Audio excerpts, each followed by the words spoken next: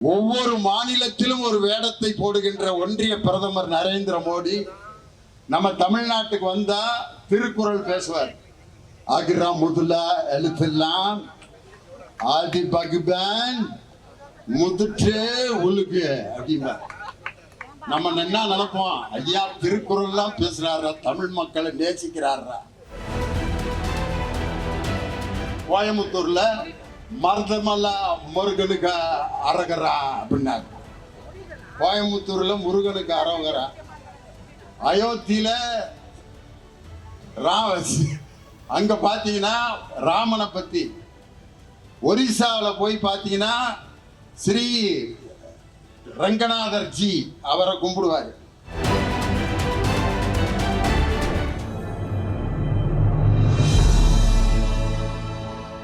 இன்னைக்கு ஒன்றிய பிரதமர் பல அஸ்திரங்களை எடுத்துட்டு வர்றாரு. தமிழ்நாட்டை எப்படியாவது கைப்பற்றி விட வேண்டும். அதுல முதல் அஸ்திரம் என்னன்னா, நமது மாண்புமிகு தமிழக முதல்வர் அவர்கள் பீகார் தேர்தல் பிரச்சாரத்துல ஒரு பேரணியில போய் பேசினார். அவர் பேசியதை மொழிபெயர்த்து சொன்னது காங்கிரஸ் பேர் இயக்கத்தினுடைய ஒரு அருமையான சகோதரர்.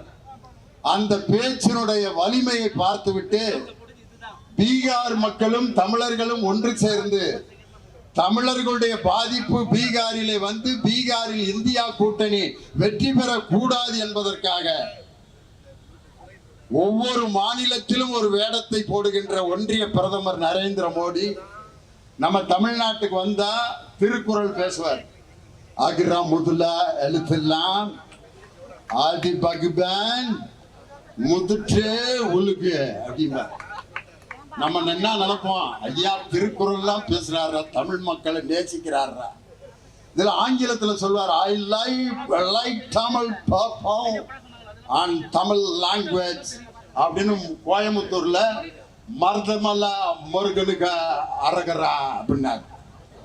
கோயம்புத்தூர்ல முருகனுக்கு அரகரா. அயோத்தியில அங்க பாத்தீங்கன்னா ராமனை பத்தி. ஒரிசாவில் போய் பார்த்தீங்கன்னா ஸ்ரீ ரங்கநாதர் ஜி அவரை கும்பிடுவார். ஒரிசாவில் தமிழனுடைய கை ஓங்க போகிறது என்பதை தெரிந்து கொண்டு ஒரிசாவில் இருக்கக்கூடிய பூரி ரங்கநாதருடைய ஆலயத்தின் சாவி தமிழ்நாட்டில் இருக்குன்னு ஒரு புருடா விட்டார். இப்ப என்ன சொல்றாருன்னா, பீகாரில் இருக்கக்கூடிய பீகாரிலிருந்து தமிழ்நாட்டில் வாழ்ந்து கொண்டிருக்கக்கூடிய தமிழர்களை பீகார் மக்களை தமிழர்கள் துன்புறுத்துகிறார்கள் அப்படின்னா அங்க ஒவ்வொரு மாநிலத்திலும் ஒரு வேடத்தை போடுகின்ற ஒன்றிய பிரதமரின் முகத்திரையை கிழிக்கக்கூடிய ஆர்ப்பாட்டம் தான் இந்த எஸ்ஐஆரை எதிர்த்து அனைத்து கட்சி இந்தியா கூட்டணி கட்சிக்காரர்களுடைய ஆர்ப்பாட்டம். நம்ம ஐயா களி பூங்குன்றனார் சொன்னது மாதிரி ஒரு குடும்பத்து அட்ரஸ்ல ஒரு அப்பாவுக்கு 122 பிள்ளைங்க ஓட்டு போட்டிருக்கான். எங்க பீகார்ல. எப்படித்தான் அந்த மனுஷன் பெத்தாரோ. உண்மையிலே அந்த 122 பிள்ளைகளும் ஓட்டு போட்டிருக்காங்க பாருங்க. மாட்டுக்கொட்டாய் அட்ரஸ்ல 420 பேர் வாக்காளர்கள். இதையெல்லாம் பவர் பாயிண்ட் பிரசன்டேஷன் போல ஒரு விஞ்ஞானி எப்படி தன் கண்டுபிடிப்பை அறிவியல் பூர்வமாக மெய்ப்பிப்பாரோ அதுபோல ஸ்மார்ட் போர்டு வைத்து அறிவியல் பூர்வமாக மெய்ப்பித்த தலைவர் தான் இந்தியாவுடைய எதிர்க்கட்சி தலைவர் அருமை சகோதரர் ராகுல் காந்தி.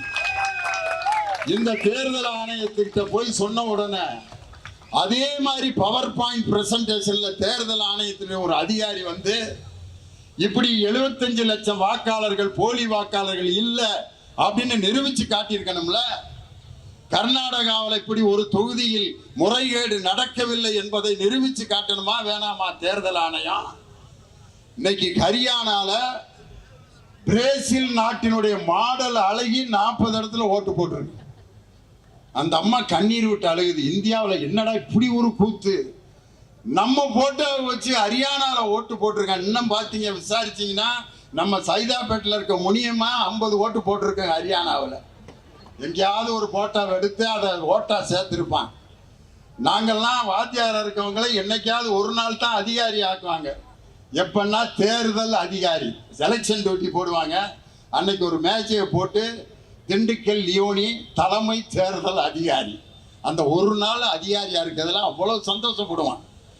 அப்படித்தான் அம்மை நாயக்கன் ஒரு தேர்தல் பூத்தில் நான் இருந்தேன். ஒரு கூடையை தூக்கிட்டு வந்தாங்க. சரி ஏதோ மாம்பழம் கொண்டு வர்றாங்க அதிகாரிக்குன்னு பார்த்தா கீழே இறக்குனா உள்ள ஒரு கிழவி உட்காந்துருந்துச்சு.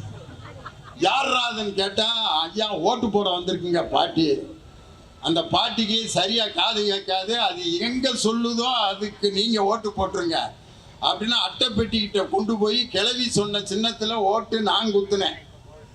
இப்படி என்னவென்று தெரியாத அந்த பாட்டிக்கு கூட ஓட்டுரிமை அன்னைக்கு இருந்தது.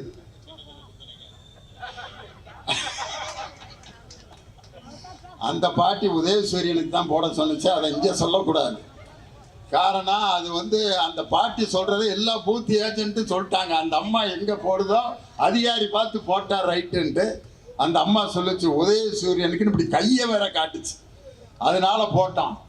பாருங்க செல்வ பெருந்தகை எவ்வளவு சயின்டிபிக்கா கேட்கிறாரு பாருங்க, யாருக்கு ஓட்டு போட்டுச்சுன்னு சொல்லுங்க. அது மாதிரி இன்னைக்கு ஒரு பல நடைமுறைகளை கொண்டு வந்து தமிழ்நாட்டை எப்படியாவது கைப்பற்றி விடலாம் என்று நினைக்கின்ற பாரதிய ஜனதா கடைசியில் மதத்தை பின்பற்றுகின்ற உரிமையின் மீது கை வைத்து திருப்பரங்குன்றத்தில் சிக்கந்தர் பாபா கோயில் மேல கை வச்சாங்க. முருகன் மாநாடு நடத்தி பார்த்தாங்க. அடுத்த நாள் திருப்பரங்குன்றத்தில் ஊர்வலம் எப்படி வந்துச்சுன்னா, நாரே தக்பீர் அல்லாஹு அக்பர் கந்தனுக்கு அரோகரா ரெண்டையும் சேர்ந்து கோஷம் போட்டுக்கிட்டு வர்றதை பார்த்துட்டு நம்ம பாச்சா இனிமே பழிக்காதரான்ட்டு மதத்தை பின்பற்றுகின்ற உரிமையை பறித்தார்கள், குடி உரிமையை பறித்தார்கள், பேச்சுரிமையை பறித்தார்கள். நமது மாண்புமிகு துணை முதலமைச்சர் அன்பு தம்பி உதயநிதி ஸ்டாலின் அவர்கள் ஜாதி மத பேதத்தை உருவாக்கும் சனாதனத்தை எதிர்த்து கொடுத்த குரலுக்கு அவர் தலைக்கு 10 லட்சம் ரூபான்ட்டு பேச்சுரிமையை பறித்தார்கள். ஆட்டை கடிச்சு மாட்டை கடிச்சு கடைசிக்கு மனிதனை கடிக்கின்ற உரிமையை போல் வாக்குரிமையை பறிக்கின்ற உரிமையை ஒரு செயலை இன்று பாஜக செய்து கொண்டிருக்கிறது. ஒரு விஷயத்தை நம்ம மற்றவங்ககிட்ட சொல்லிட்டு இருக்கும் போது அவங்க அமைதியா இருந்தாங்கன்னா என்ன அர்த்தம்? இப்போ ஒரு மனைவி கணவன்கிட்ட ஏயா நம்ம பிள்ளைகள் அப்படி கட்டு நாசமா போகுது, ஏதாவது கவனிக்கிறியா அப்படின்னு அப்படியே உட்கார்ந்துருந்தான்னா அவன் ரொம்ப ஆபத்தான ஆள். அல்லது மனைவி புருஷன் கண்டமேனிக்க திட்டுறப்ப அந்தம்மா அமைதியா இருந்துச்சுன்னா என்ன அர்த்தம்னா, என்னைக்கு இருந்தாலும் புருஷனை விஷம் வச்சு கொல்ல போகுதுன்னு அர்த்தம். படபடன்னு பேசுறவங்க யாருக்கும் துன்பம் செய்ய மாட்டாங்க. ஒரு தேர்தல் ஆணையம் எந்த விதமான ரிஃப்ளெக்ஷனை இல்லாமல் இருப்பதற்கு காரணம் ராகுல் காந்தி அவர்கள் சொல்வது 100% நியாயம் என்பது இன்று இந்திய மக்கள் அனைவருக்கும் தெரிந்த விஷயம். இந்த வாக்குரிமை பறிக்கின்ற இந்த முறைகேடான செயலுக்கு முதலில் குரல் கொடுத்த ஒரே முதலமைச்சர், இந்தியா கூட்டணியை உருவாக்கிய நம் தமிழக முதலமைச்சர் முத்துவேல் கருணாநிதி ஸ்டாலின் 2026 7வது முறையாக மீண்டும் முதலமைச்சராக பொறுப்பேற்பார் என்ற உறுதியை இந்த நேரத்தில் சொல்லி SIR-ஐ முழுமையாக எதிர்ப்போம்.